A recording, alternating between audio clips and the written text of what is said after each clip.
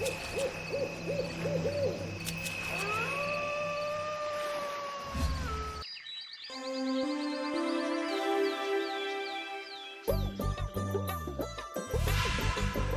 দূর, হঠাৎ করে কেন যে এত চুল ঝরছে বুঝতেই পারছি না।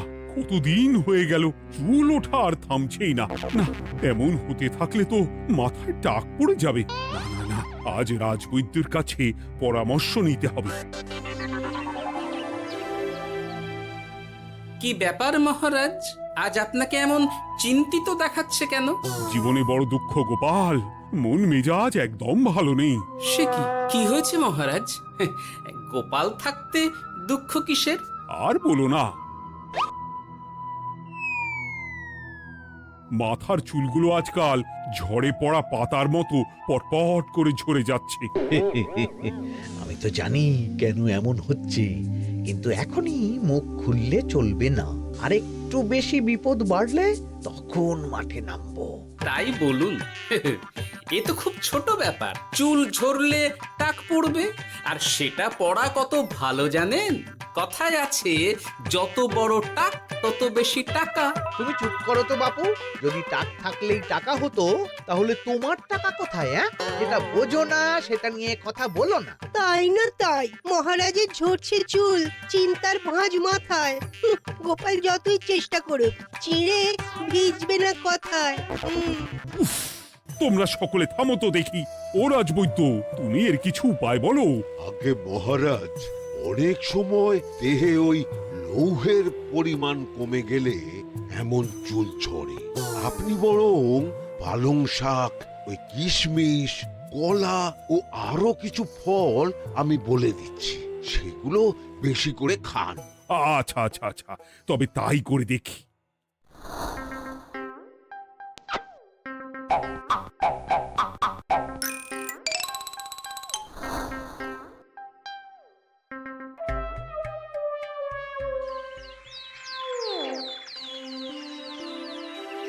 ও রাজবৈদ্য, তোমার কথা মতো শাক পাতা ফলমূল সবই তো খেলাম, চুল ঝরা বন্ধ তো হলোই না। তো জানতামই এমন হবে। কিন্তু মহারাজ, এমনটা তো হওয়ার কথা নয়। কিন্তু হচ্ছে তো।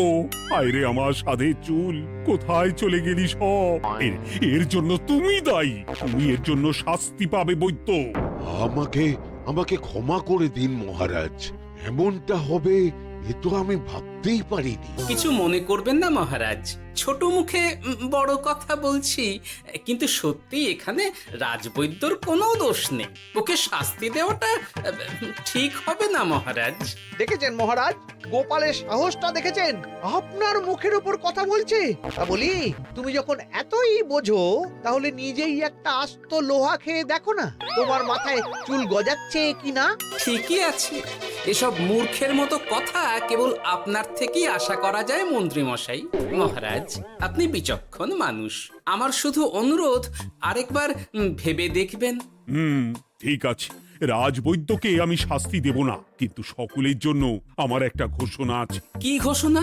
আমার এই কঠিন সমস্যা যে দূর করে দিতে পারবে, তাকে আমি বিশেষ পুরস্কারে ভূষিত করব। এই তো পেয়েছি, এই সুযোগ কোনোভাবেই হাতছাড়া করা চলবে না। এবারের সমস্যাটা সত্যি বেশ কঠিন। কি করলে যে মহারাজের চুল পড়া বন্ধ হবে সেই উপায় মাথাতেই আসছে না। হঠাৎ করে কেন যে এমন হলো কে জানে।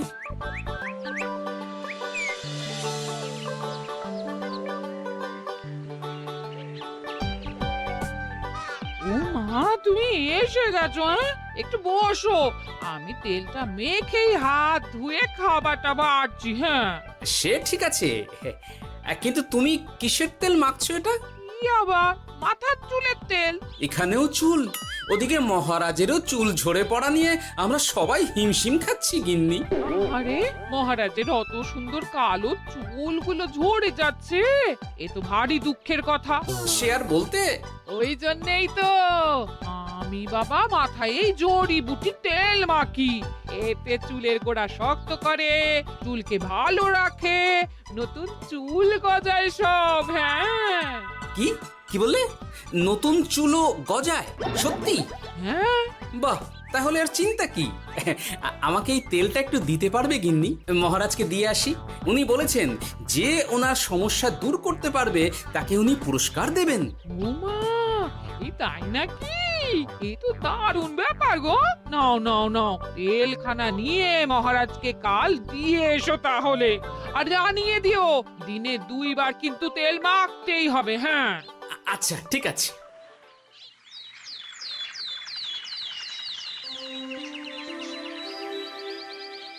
কোনো উপায় খুঁজে পেলে তোমরা? আগে মহারাজ, আমি আপনার জন্য নকল চুল বানিয়ে এনেছি। যতদিন আপনার চুল পড়া বন্ধ না হচ্ছে ততদিন আপনি এটা পরে ব্যবহার করতে পারেন। সে তো বুঝলাম, কিন্তু নকল চুল তো আর আসল চুলে জায়গা নিতে পারবে না বিজ্ঞানী। আসল চুলের কথা ভেবে আমি আপনার জন্য কেশুত্তে পাতা এনেছি মহারাজ। আচ্ছা বেশ। তা গোপাল, খুব তো আগের দিন বকবক করছিলে, তুমি কি এনেছো শুনি? সেটা যথাসময়ে দেখতে পেয়ে যাবেন মন্ত্রী মশাই। এটা জড়িবুটি তেল মহারাজ। আমি এটা আপনার জন্য এনেছি। এতে নতুন চুল গজায় আর চুলের স্বাস্থ্যও ভালো হয়। আমার গিন্নিও ব্যবহার করে এটি, তবে দিনে 2 বার করে মাখতে হবে, তাহলেই ভালো ফল পাবেন মহারাজ। বাবা, তাহলে তুমি কেন মাখো না? আচ্ছা, আপনার সমস্যাটা ঠিক কোথায় বলুন তো মন্ত্রী মশাই? মহারাজের জন্য কিছু আনলেও কথা শোনান, না আনলেও কথা শোনান। সত্যি তো মন্ত্রী, কেন তুমি সব সময় গোপালের পিছনে পড়ে থাকো বলো তো? এরা তো তাও সবাই কিছু না কিছু আমার কথা চিন্তা করে এনেছে, তুমি তো সেটাও করনি। না, আসলে মহারাজ, আমিও ভাবছিলাম আপনার কথা, কিন্তু থাক, বুঝেছি। আহ, দারুণ। তেলের গন্ধটাও খুব সুন্দর। গোপাল, তোমায় অনেক ধন্যবাদ। আশা করছি ব্যবহার করলে খুব ভালো ফল দেবে। একদম দেবেই মহারাজ। দূর বাবা, ভেবেছিলাম এক হলো আর এক। কোথা দিয়ে যে গোপালটা মাঝখান দিয়ে এসে নাক গলিয়ে ঢুকে পড়ে, খুব শক্ত পুরস্কার নেওয়ার। দেখাচ্ছি মজা।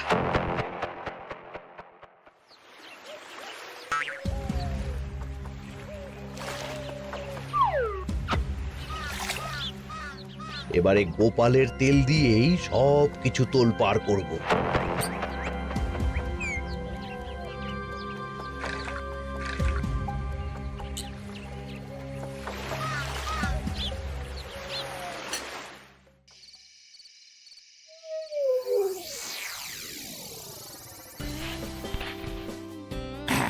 ব্যাস, হয়ে গেল 2 বার মাখা। গোপাল বলেছিল এতেই ভালো ফল পাব, কিন্তু এখন মাখার পর মাথাটা কেমন জ্বালা জ্বালা করছে মনে হচ্ছে। হয়তো নতুন চুল গজাবে বলে এমন হচ্ছে। কাল সকালে বোঝা যাবে। এতক্ষণে বোধহয় ছোট ছোট চুল গজিয়েই গেছে। কি এটা চুল গজানোর তেল ছিল নাকি পড়ে যাওয়ার? হে ভগবান, যেটুকু বাকি ছিল সেটাও ঝরে পড়ে টাক পড়েই গেল। হ্যাঁ, গোপালই হলো যত নষ্টের গোড়া। আজ আসুক সভায়।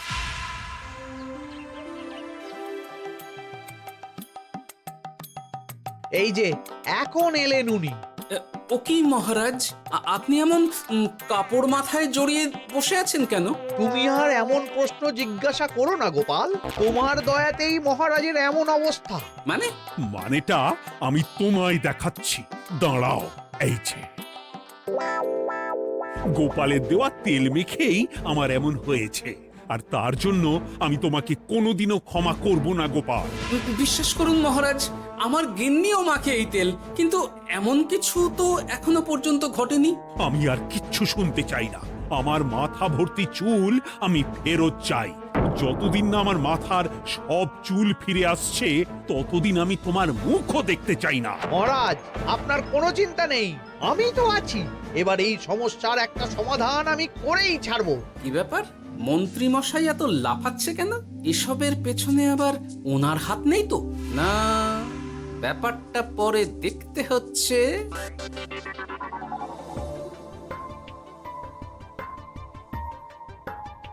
আমি বলি কি মহারাজ, এই সময়টা বরং আপনি নকল চুলটা মানে পরচুলা ব্যবহার করুন। হ্যাঁ, অগত্যা। কিছু তো একটা গন্ডগোল আছেই। গিন্নিও তো রোজ মাথায় তেল মাখে, কই এমন তো হয় না।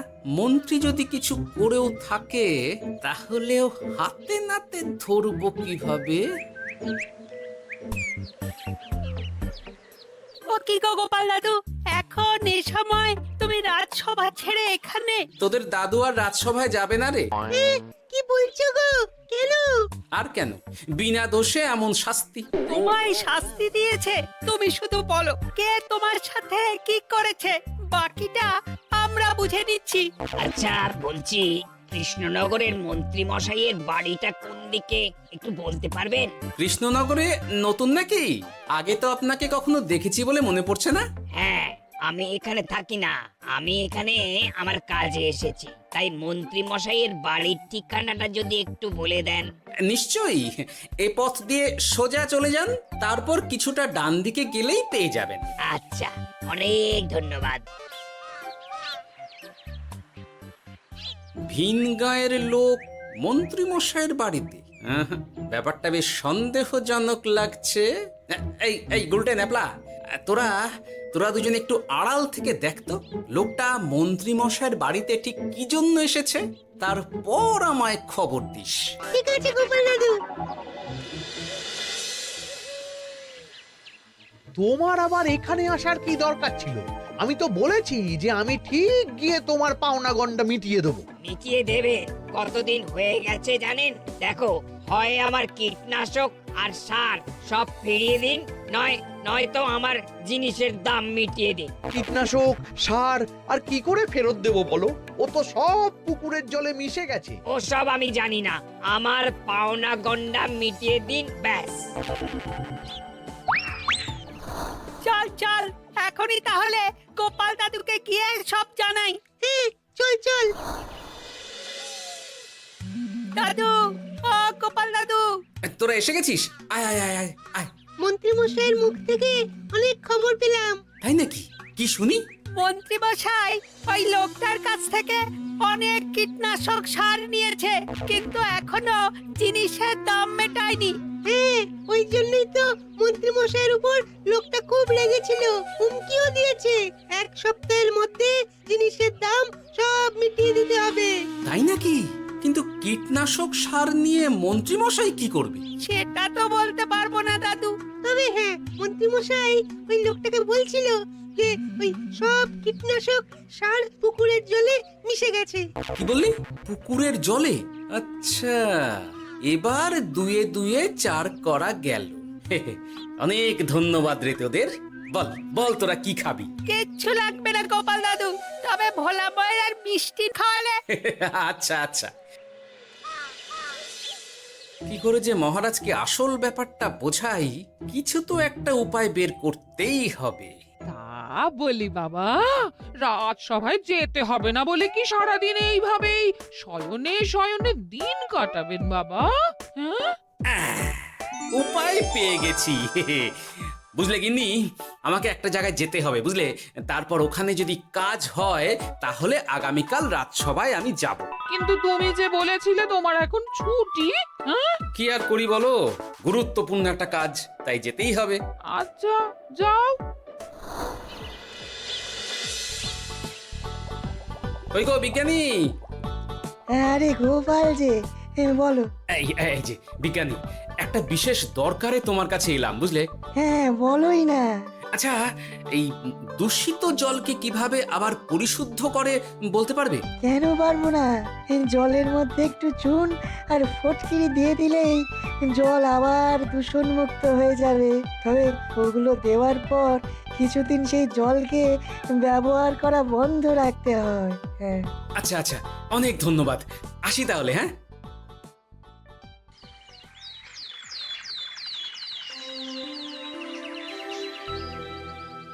ছায়া পড়েছে, ছায়া পড়েছে, আমি বেশ বুঝতে পারছি তার ছায়া পড়েছে এখানে। কার ছায়া পড়েছে? আজকাল তোর মাথা থেকে অনেক চুল ঝরে পড়ছে, তাই না? আগে হ্যাঁ সাধু বাবা, আপনি একদম ঠিক কথা বলেছেন। ও বাবা, এই আবার কোথা থেকে উদয় হলো? আরে আমি একা গিয়ে সেই স্নানের পুকুর পরিদর্শন করতে চাই। যথা আজ্ঞা বাবা।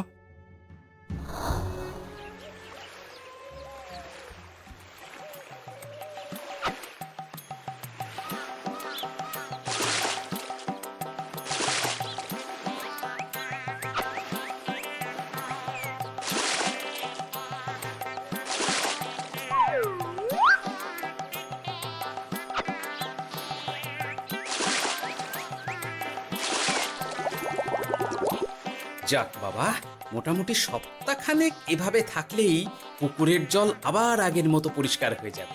এবার শুধু মহারাজকে একটু বুঝিয়ে বললেই হয়ে যাবে।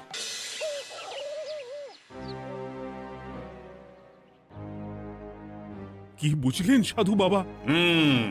আমার অনুমানটাই ঠিক ছিল। পুকুরের জলে কালো ছায়া পড়েছে, কুদৃষ্টি পড়েছে, তাই এমন হচ্ছে। সে কি? কি কালো ছায়া? যত সব বাজে কথা। জল দূষণ করলাম আমি, আর দোষ পড়ছে কালো ছায়ার উপর। তাহলে এখন কি হবে? চিন্তার কোনো কারণ নেই। আমি মন্ত্রপুত ভস্য ছড়িয়ে দিয়েছি। 1 সপ্তাহ ওই পুকুরের জল স্পর্শ তো দূর, পুকুরের কাছেও যাওয়া নিষেধ। তাহলে আমার মোহরের কি হবে? যথা আজ্ঞা সাধু বাবা। ও কি, তাহলে মহারাজ এতদিন স্নান করবেন কোথায়? সে কথা কাউকে চিন্তা করতে হবে না। মহারাজের ওপরে কালো ছায়া পড়া জল পড়েছে, তাই আগে সেটা শোধন করতে হবে। আমাকে তাহলে কি করতে হবে সাধু বাবা? আমার শিষ্য গোপাল আমাকে আগেই এই বিষয় জানিয়েছিল। আমি তার হাত দিয়েই তোর স্নানের জল পাঠিয়ে দেব। তাই আগামী 1 সপ্তাহ সেই জল দিয়েই তোকে স্নান করতে হবে। কি গোপাল? দেখছো তো মন্ত্রী, গোপাল আমাকে কত ভালোবাসে। আমি ওকে কত কথা শোনালাম, কিন্তু না না না না, কাল থেকেই আমি আবার গোপালকে রাজসভায় ডেকে আনবো। আমি আসছি, আমার কাজ হয়ে গেছে। আর হ্যাঁ, তোর স্নানের পুকুরের চারিদিকে প্রহরীর বন্দোবস্ত কর। কাক পক্ষীও যেন ওখানে প্রবেশ করতে না পারে। আচ্ছা বাবা, আচ্ছা।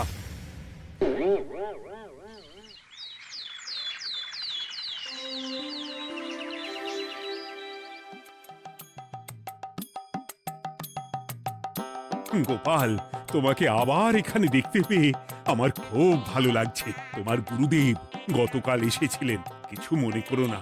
না বুঝেই তোমাকে অনেক কথা শুনিয়েছি।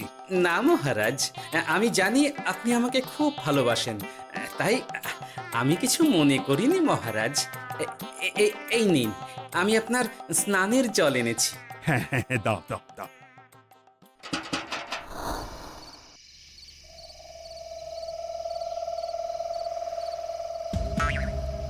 ও বাবা, পুকুরের কাছে যে গিয়ে দেখবো সে উপায় নেই।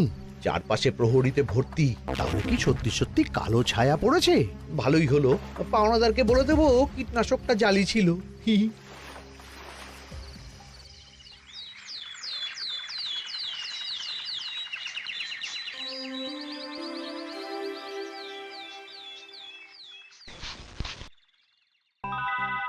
এই তো আমার সেই পুরনো কালো চুলগুলো আবার ফিরে এসেছে। আহা, কি যে আনন্দ হচ্ছে দেখে। আজ 1 সপ্তাহ সম্পূর্ণ হলো। গোপালের জন্য আমার স্নানের পুকুর থেকে কালো ছায়া দূর হয়েছে। আমাকে এই সমস্যা থেকে দূর করার জন্য আমি গোপালকে 100টি মোহর উপহার দিতে চাই। ধন্যবাদ মহারাজ। দূর, আমার আর ভালো লাগে না। সব সময় গোপালই মোহর পায়, এটা তো আমার পাওয়ার কথা ছিল। এদিকে আজকে পাওনাদারও আসবে।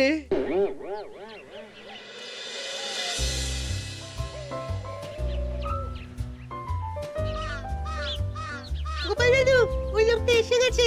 আচ্ছা, আসছি। এটা তো মন্ত্রীর বাড়ির দিকে রাস্তা। আমরা তাহলে ওদিকে কেন যাচ্ছি গোপাল? আপনার পুকুরের আসল রহস্যটা কি সেটা আপনি জানবেন না মহারাজ। মানে নিজের চোখেই দেখুন, তাহলে বুঝতে পারবেন। আর একটু সময় দাও আমায় ভাই, এমনিতেও তোমার কীটনাশক কোনো কাজের নয়। কি এখন এসব কথা? আর একদিনও সময় দিতে পারছি না। একটু বোঝো, একটু। সব আমি মহারাজের পুকুরের জলে মিশিয়ে দিয়েছি। মন্ত্রী, তুমি তাহলে সেই কালো ছায়া? মহারাজ, আপনার পর্দা ফাঁস হয়ে গেছে মন্ত্রী মশাই। তুমি তাহলে সবটা জানতে? একদম প্রথম থেকে। রে, খুব জোর ফেঁসেছি।